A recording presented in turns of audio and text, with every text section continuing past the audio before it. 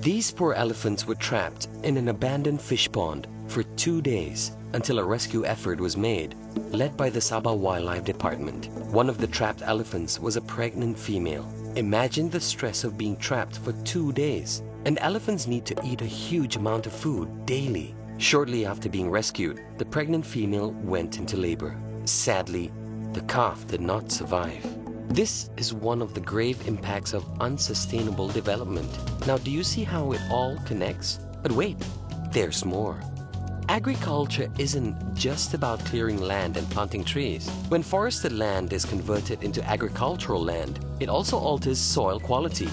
The soil is compacted and water infiltration is hampered. Water just can't seep through the ground. So where does the water go? It is retained more on the surface, so the natural flooding in the floodplains becomes more intense and frequent. And again, that's not all.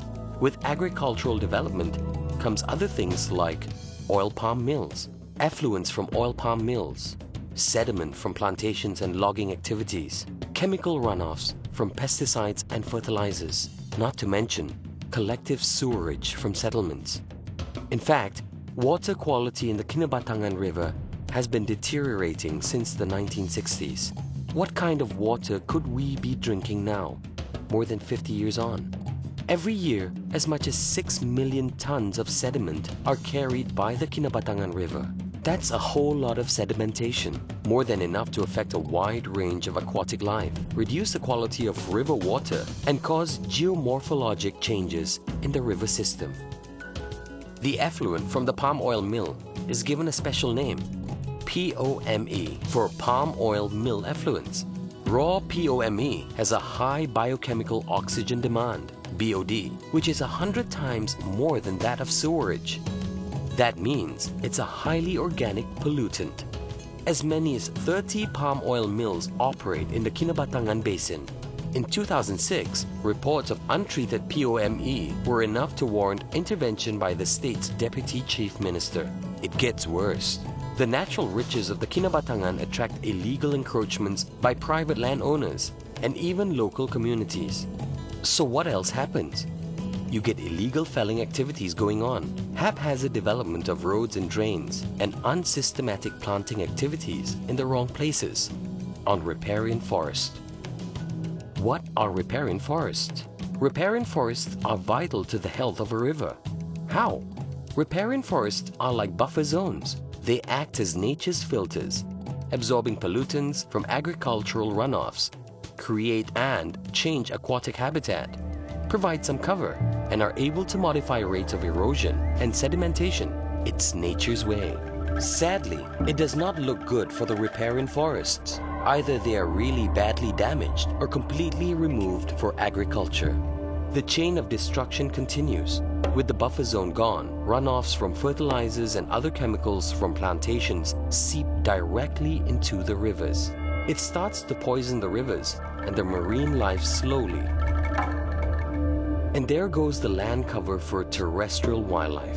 It gets worse. Most fertilizer runoffs will then eventually end up in the Sulu and Sulawesi Sea. The sea is not a dump site.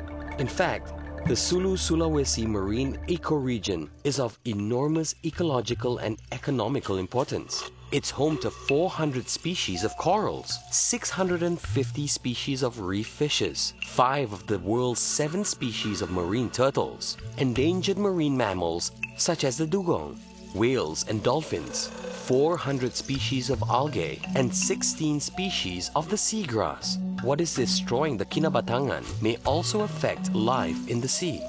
How does this happen? Untreated chemicals flow into the ocean, triggers the proliferation of plankton, which in turn depletes oxygen in the water. And what do you get?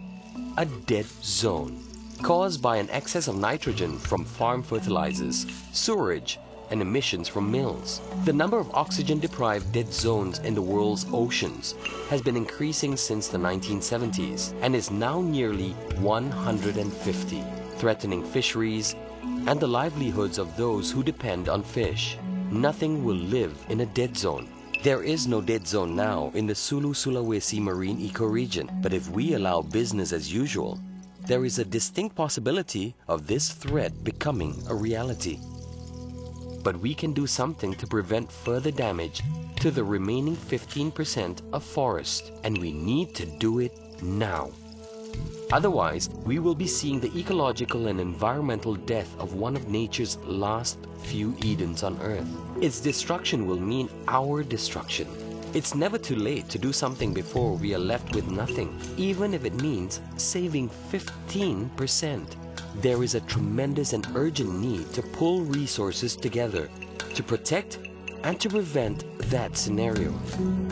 WWF-Malaysia is in the business of engaging stakeholders and partners among government agencies, oil palm companies, tourism industry, and the local community to come together and address issues of reforestation, protection, and management of natural resources in the lower Kinabatangan. Together with the stakeholders, a Corridor of Life vision, which intends to achieve sustainable development for the Kinabatangan, was developed. What is this Corridor of Life vision about?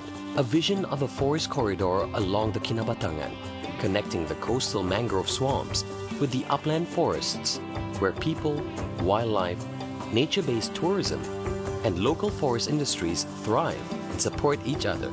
A vision of a floodplain that supports a thriving and diverse economy that offers opportunity and choice to local people and businesses. A vision that sees innovative practices and good environmental management of the natural capital on which all partners depend upon.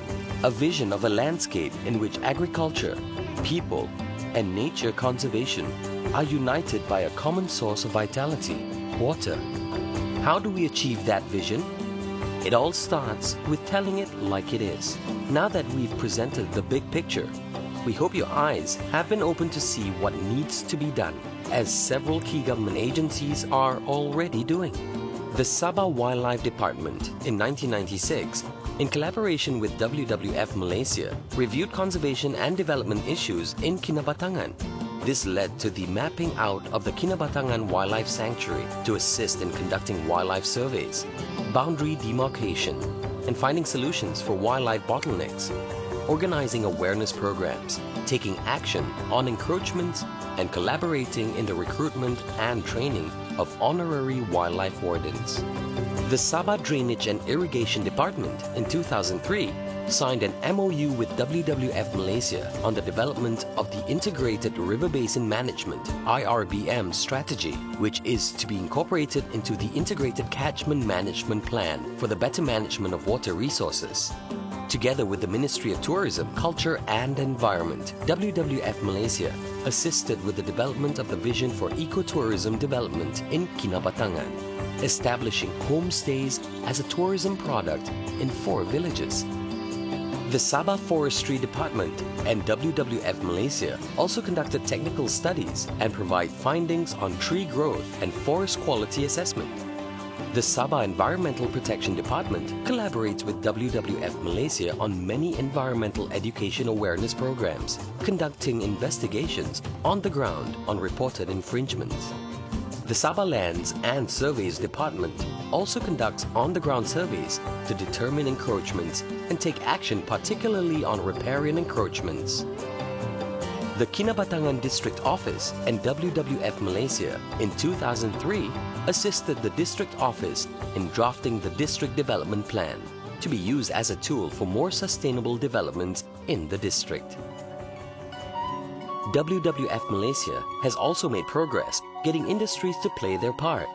We've managed to get some plantation owners to allow regular flooding areas in the oil palm estate to revert back to forest cover and to commit land for conservation and reforestation. A significant milestone was achieved at the Roundtable on Sustainable Palm Oil, or RSPO, held in KL on 21st and 22nd August 2003. Anglia United, Golden Hope Plantations Berhad, Malaysian Palm Oil Association, MPOA, Migros, Sainsbury, and Unilever all got together to commit towards the sustainable production of palm oil, reducing environmental impacts, and making positive contributions to biodiversity. The work of the RSPO is to ensure the production, procurement, and use of sustainable palm oil by working towards a credible global certification standard.